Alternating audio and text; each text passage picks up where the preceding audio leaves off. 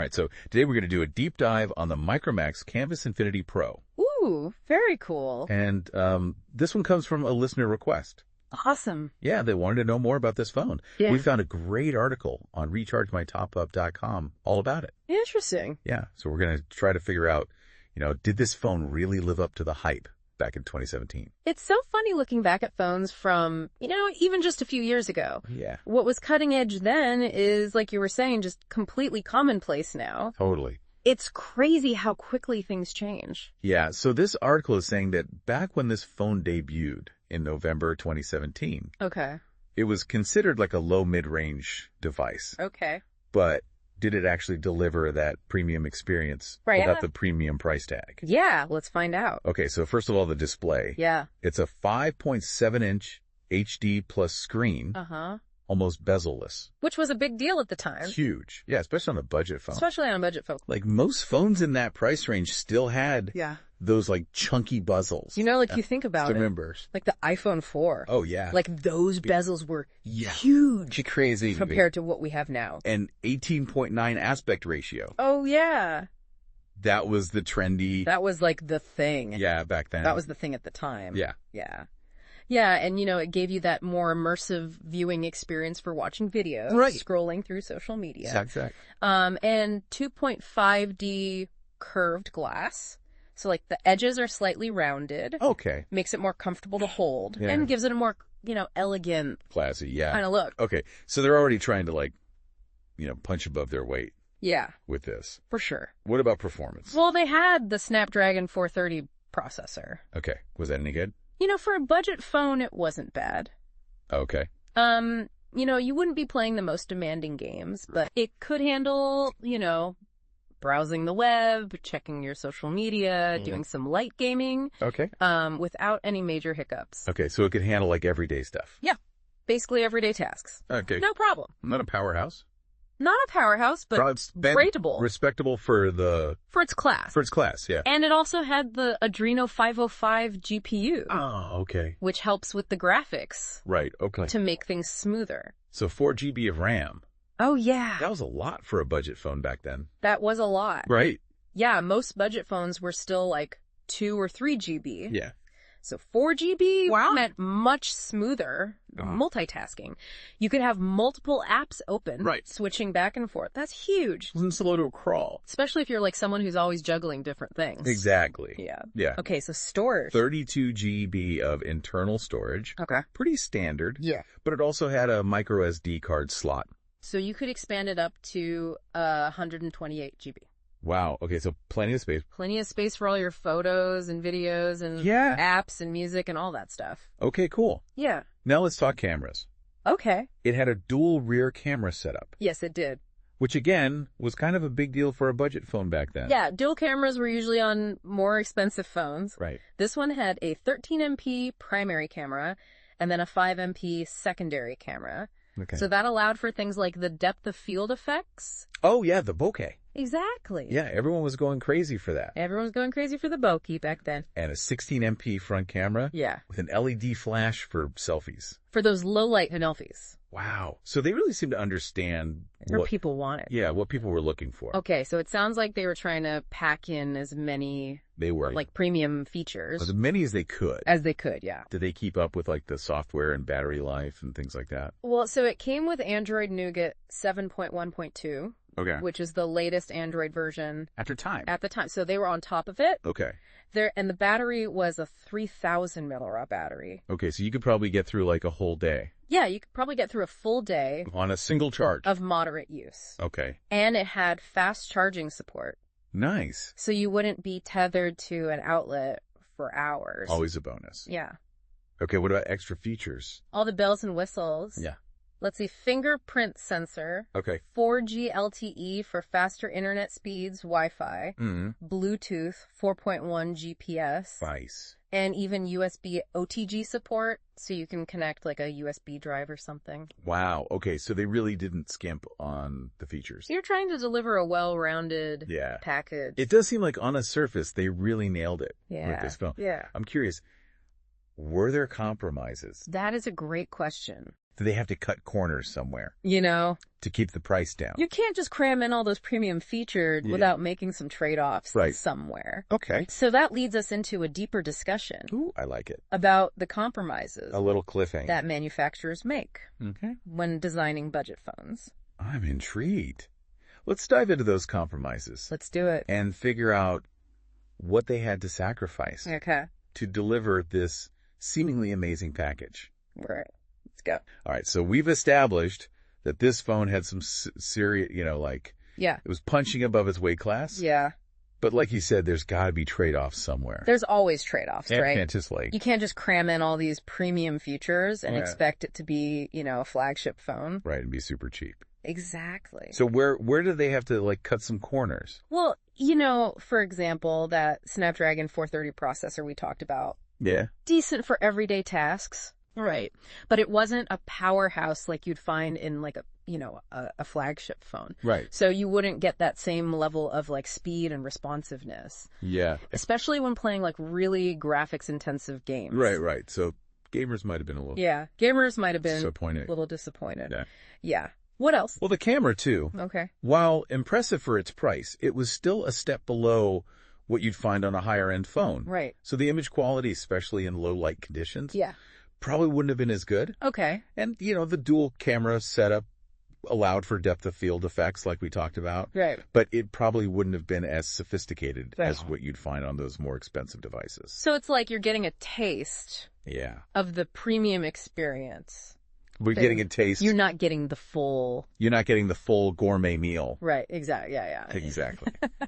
But here's the thing. Micromax wasn't trying to compete head to head with those flagship phones. Right. They were playing a different game altogether. Okay. They were targeting a very specific audience, Okay. budget conscious consumers in India, Okay. who craved a phone that looked and felt premium Right. without the hefty price tag. So it was all about strategic positioning. Exactly. They were trying to hit that sweet spot. That sweet spot in the market. Yeah. Exactly. Okay, so to understand this strategy better, Yeah. we need to take a step back Okay. and look at the smartphone landscape in India back in 2017. Okay. What was going on? So 2017 in India, Yeah. it was a fascinating time. Okay. You had the big international players like Samsung and Apple Right. battling it out at the high end. Yeah. But you also had this surge of homegrown Indian brands Okay. like Micromax, Yeah. Lava, Carbon, I've heard of those, yeah. all vying for a piece of the pie. So it was a crowded market. It was a crowded market. How did Micromax stand out? Well, they did it by focusing on two key things. Okay. First, they understood their target audience. Okay. They knew that Indian consumers were becoming increasingly style conscious and tech savvy. Mm-hmm. They wanted a phone that looked and felt like a flagship, Right. but didn't cost a fortune. And that's where the Canvas Infinity Pro comes in, Exactly. with its sleek design. The bezel-less display. The bezel-less display. Yeah, it was like... We're saying you can have your cake and eat it too. Exactly, yeah. And the second thing they did was they played the value game really well. Okay. They packed in as many desirable features as they could while keeping the price competitive. Okay. They knew they couldn't compete on sheer processing power or Right. camera technology. So they focus on other things. They focus on the things that would make the biggest impact for Yeah. their target audience. It's like they were playing chess, Yeah, carefully planning out each move. that's a great analogy.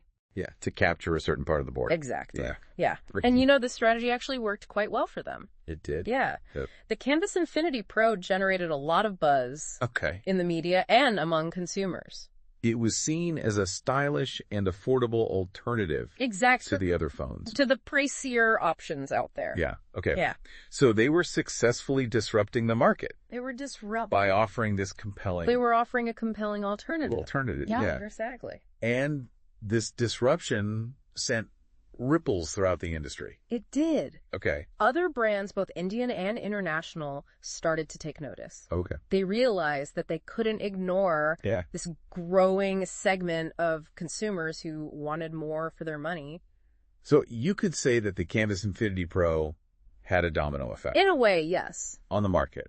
It forced other brands to rethink their strategies Okay. and to start offering more value Okay. in their budget offerings. It contributed to this overall trend of budget phones becoming more and more feature-packed. Wow, that's fascinating. Yeah. But what about Micromax itself? Right. Did they manage to keep riding this wave of success? That's where the story takes another turn. Oh. While the Canvas Infinity Pro was undoubtedly a success story for them, Okay. the following years presented some significant challenges for Micromax. Oh, what kind of challenges? Well, as we mentioned earlier, the Indian smartphone market was Yeah. incredibly competitive. Right. And things were about to get even more intense Okay. with the entry of a new wave of players. I have a feeling you're about to say those Chinese brands You guessed it. that took the world by storm. Brands like Xiaomi, Yeah. Oppo, Vivo, Yeah. they entered the Indian market Mm-hmm. with an aggressive strategy. Okay. They offered phones with even more impressive specs Okay. and even lower prices. So it was like Micromax's disruptor moment was being disrupted. Exactly. And to understand how Micromax responded to this new wave of competition, Yeah. we need to delve deeper into their subsequent moves Right. and the evolving dynamics of the Indian smartphone market. Okay, this is getting juicy. Let's unpack those challenges and see how Micromax navigated this new era of cutthroat competition. All right, so last time we left off with those Chinese smartphone giants coming in, Yeah. Xiaomi, Oppo, Vivo, Yeah. ready to kind of shake things up a bit. So, They came in strong. yeah. So how did Micromax handle that? It was a tough battle. Yeah. Imagine a small boat trying to navigate like a sudden storm. Right. Micromax was facing this perfect storm of challenges, Yeah. aggressive pricing from these new rivals, Right. cutting edge technology, Yeah. really savvy marketing tactics. So what was their plan? Well, Did they try to fight fire with fire? they did. They released new models, Okay. experimented with different price points, Mm.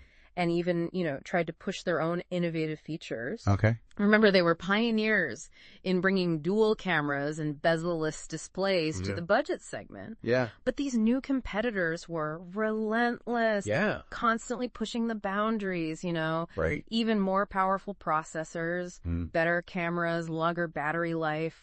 So it was like a tech arms race, basically. It was a tech arms race, Wow. and consumers loved it. Right. They were getting more bang for their buck. Yeah. They're getting all these, All these features that were previously Yeah. only found in high-end models. but that probably put a lot of pressure on Micromax. It put immense pressure on Micromax. Yeah. They struggled to match the sheer scale and resources of Right. these Chinese companies. It's like a David and Goliath story, but in the tech world. Kind of, yeah. So what happened to Micromax? Well, Did they survive? they faced an uphill battle ever since. Okay. While they haven't disappeared entirely from the market, Okay. their market share has significantly dwindled. It's a stark reminder of how quickly the tides can turn Yeah. in the tech world. So it's kind of a bittersweet ending to the Micromax story. Yeah. What about the legacy of the Canvas Infinity Pro, though? Oh, absolutely. Did it leave a lasting impact? The Canvas Infinity Pro played a pivotal role Okay. in shaping consumer expectations Yep. and pushing the industry forward. Yeah. This was a time when budget phones were often seen as clunky, Yeah. underpowered, lacking in style. Right. The Canvas Infinity Pro challenged those perceptions. Okay. It showed that a budget phone could be sleek, Yeah. feature-rich, aspirational. So it was a game changer, even if it was. Yeah, even if its success Short-lived? was relatively short-lived, It set a precedent for other brands. it set a precedent Oh, that other brands couldn't ignore. okay. It helped democratize access to premium smartphone features, Right. making them more affordable and accessible Yeah. to a wider audience. That's pretty incredible. Yeah. For a phone that's now considered ancient history, It really is. what's the biggest takeaway from all this? I think it highlights the incredible pace of innovation. Yeah. In the tech world, what was cutting edge just a few years ago is now commonplace. It's crazy how quickly things change. Yeah, and it underscores the importance of adaptability Yeah. and continuous evolution for companies to thrive Yeah. in this dynamic environment. It's like a microcosm of the entire tech industry, Exactly. packed into this one phone. Yeah. And it's a reminder for us as consumers Yes, that we have the power to drive this innovation. we do. Our demands for better features, better prices, better experiences, That they all shape the products that companies create. exact So it's a story of ambition, innovation, fierce competition. fierce competition. The ever-changing landscape of technology. Yeah, what a journey. Wow. It's amazing. Thanks for joining us on this deep dive Of course. into the world of the Micromax Canvas Infinity Pro. It was my pleasure. Until next time, keep exploring, keep questioning, Keep pushing the boundaries. and keep pushing the boundaries of what's possible.